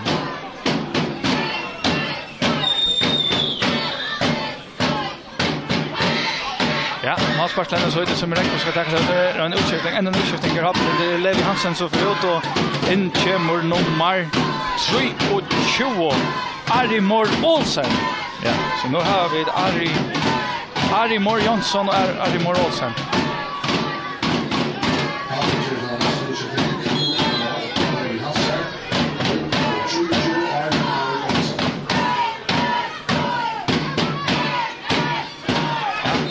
Saxor, Ruspark. Ja, det är vi snackar så när vi har en legend Epmore Olsen. Ja. Sandegren och Happelino. Ja. Ja. Men så Clement har bäst någon under 8. Jag tar till Clement. Snuter Adrian. Ja, så sätter han Tobias på ställ. Och nu finner på Johannes och Fistra. Han räcker spösten allt där. Och bara nu för ut inkast till NSU. Ja, de stora chanser. uppskriften där samma som till Malgen så ju att köra alla på en fyra men var det hans räcker akkurat spelet. Nej. Till Bar som ska täcka sig av inkasten.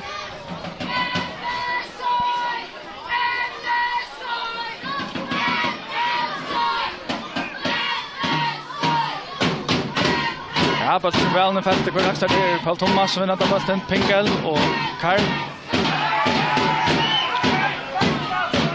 Och står center fram är det Adrian som jaxar han bollen och Per. Och den så gör vi lite ändå av bollen. Det är bättre väl. Så när 5 minuter efter kan ska ha på göra. Ja, nu borde jag göra samma och det var så att det tar ju narskast att det Leo så bladar mer på henne så egentligen gång det väldigt för har nu att spela chanser till att kanske göra avtal ner och börja gippa och länka bollar till klaren så i vägen att hantera. Det har kanske mer där spalta runt vi och utnyttja av uttalsövna. Hade körde man säga att här mynten så snätt tar på samma mat det här var spalt sig till det. Och hinner vi en så ytter skulle bara gippa på så länge. Det är inte man gör alltså. Ja, och Thomas över till Johan. Tröntor.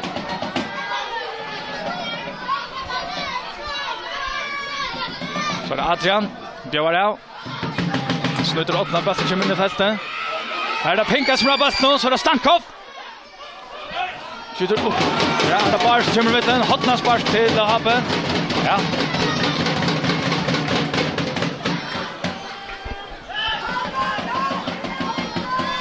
Sarska skankur trötta istället nu igen så helst löjt där av rummet. En bara minne. Ja, det är Adrian vi hotna spark någon. Vad ska vi fästa för högst här? Oh! Det är Arimor. Jens. Ja, nog Jens som dömde för jag vill bara snära ut, ja. Nu var det hotna spark med det offside. Offside. Bara som jag tar för det så hotna spark här. Ja.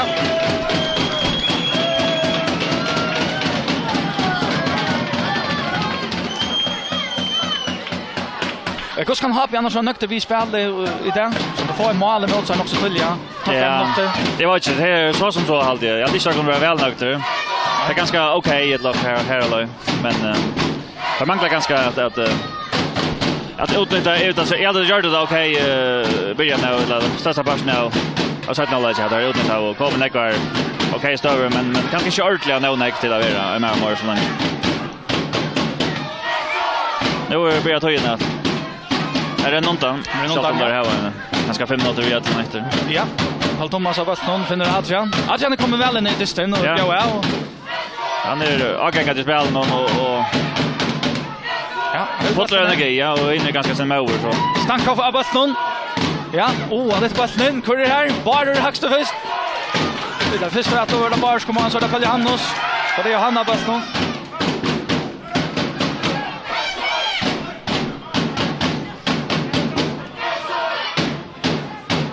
Ja, och det är Bergvall.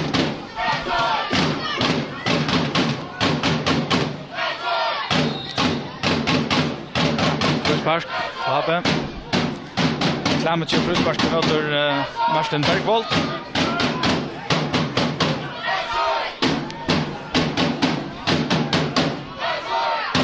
Ja, det är Adrian som ska tacka till Öster fruspark någon. Habe sänder näckfast in i fältet. Thomas Adrian så gärna inne. Jumpa sig in i fältet här. För Hackstor.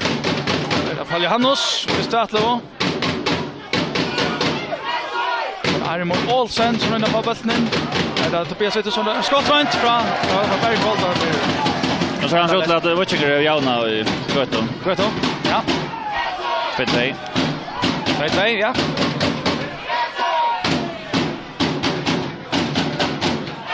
Man ska att det känner det väl och i Evertöjnen. Och i Evertöjnen. Ja. Ja, att det kan komma till Watchiger för oss i. Ja, och det Watchiger som för efter att hon ja. Och det summer räckve. Här är på Johannes Hackstor. Så det Tröntor. Ja, det är man dömer eller frusparket där inkast. Nej, bara skärman ut och Pinkel skompar hans inte och bara klappar bara efter det. Ja. så inkast. En aktor i stövna som det är. Mökte vi stövna, ja. Så blir man inte gåor. Nej. Ja, så det är gott kort. Ja, han köpte bäst, han dömde bättre sin bästen som bättragen här och det var ett drall och drall, ja. Så jag vet inte Pinkel släpper att skumpa men bara släpper sig på dem väl. Nej. Så ser det. Ja. Domaren har lagt 30 minuter att rätt. 30 minuter lagt att rätt här. Ja. Teitur lossar bollen fram. Per Hackstor. Trentor. Finner Adrian. Rottner som kommer i mitten. Ja, det är Pinkel av bollen. Hällar han i vad man rör att finna är i mål. Nej, inkast till NSU.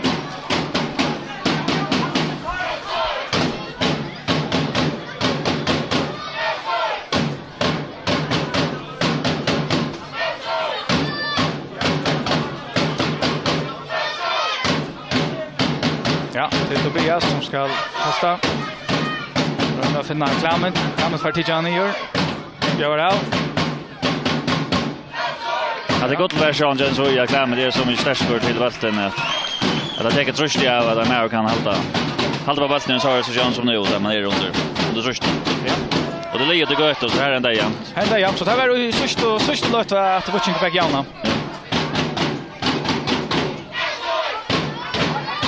Da Pinkel av Baston, Klammet kommer ner.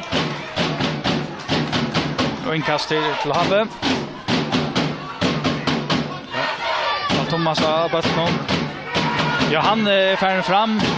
Så Teitur kommer och på mina. Ja. Ja, som en länkar sättning in i fältet. För högst där, det Trentor. Nej, det är nog då det Karl ett åttnes vinnande av Baston här. Adrian, Baston kommer väl i fältet. Per räcker han 21 Atlevo, för att rotta i nästa Atlevo. Teitur Atlevo har bäst någon. Det är Paul Thomas där. Ja, en av för passen är det Pinkel har bäst någon. Han springer i handen här Johnson. Ja, det är frispark till NSU. Så det är en så i skifter nu. Ja. På en huvudmannen. Det tror jag. Ja. Det är Jan Ellenskar som gör sig det som ska komma in.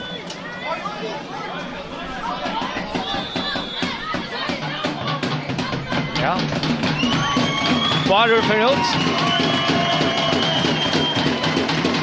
Det är ganska bra för att stäcka spel någon men nöjs nu att Jan är en hackre med en Barur och mot räntan så blir det ofta bara till att Väster lossar under fältet och ganska gott det här var en stora man där i den här situationen. Ja, det är inte näkvärt. Det var som man lägger halva mot att säga att det är en utskiftning. Det gör han kanske. Det ska han göra, ja. Det ska han göra, ja. Ja. Det är Jan som kommer in. Han har en nutcher så jobbar han kom från IF nu till Landskappingardystur. Samma vid Karl Lötjen. Ja, så är det som en räckväl som ska sätta henne bösten i spel. På hållen så Happe till Paljanos och Hackstor vinner han bollen här. Och det Happe som kan bärga lopp till Paul Thomas. Lossar bollen fram. Och skallar ut så det kast till NSU.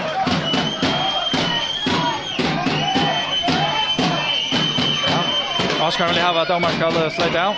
Kan inte köra näckvätter. Inkast ett annat så till Jan Ellenskar som ska täcka sig av inkaston. Anna för kommer att falla Hannos.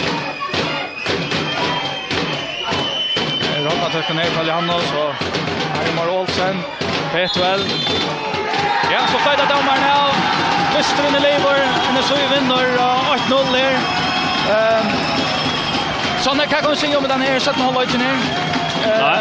Kan se om 17-hållet ner så fortsätter när brottet känns så. Ja, det blir ju till att man ger initiativet på Happe. Det kan man nästan känna. Och så rör man att välja sig hem och det blir chans till öliga lunch men då klarar så och i halta den så rås upp för att kämpa väl och sådana läge. Och här på röjnen chans till alla konno men det verkar som att jag hade sälja första kvarteret blev det mindre färdigt och då blev det mer panik ganska och vilja forcera och greppa och egentligen så 5 minuter så man inte det helt stora chansen att hoppa som det kom då och Mr. Button ut Pinkel på hela ner och Mr. den linjen utanför där och Charles och han alla var fram i fältet så. Men så gör nu så han öliga glädjer och kan man se ändå så kommer igång nu. Det heter en viktig markering att vinna HP och kommer också mitt i rökan nu i 60. Ja nu vi HP så. Måste väster ligger ner och hinner vi en HP för kan du köra nökter vet det.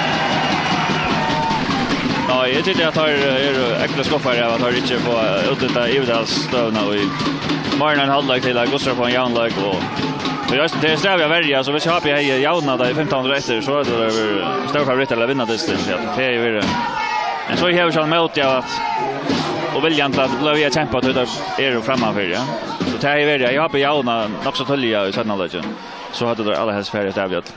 Så det har kött samman om 8-0 så är det förtjänt. Det är helt fullt förtjänt. Kan det som du säger det blir slaga penter sådana men det hade vi helt väntat där man. Så och för alla lägen så är det bättre li och vinner förtjänt 8-0 och egentligen sådana lägen hej har en 2 års stora men chansen jag på Hannes hvis han bara fick innan så innan här så är en så är en större chans här. Ja, testen enda så 8-0 till NSO ut vid Löchen, NSO Johappe 8-0 till NSO. Hans Erik Danielsen, Sonny L. Petersen och John Andersen. Vi får tacka för att komma idag.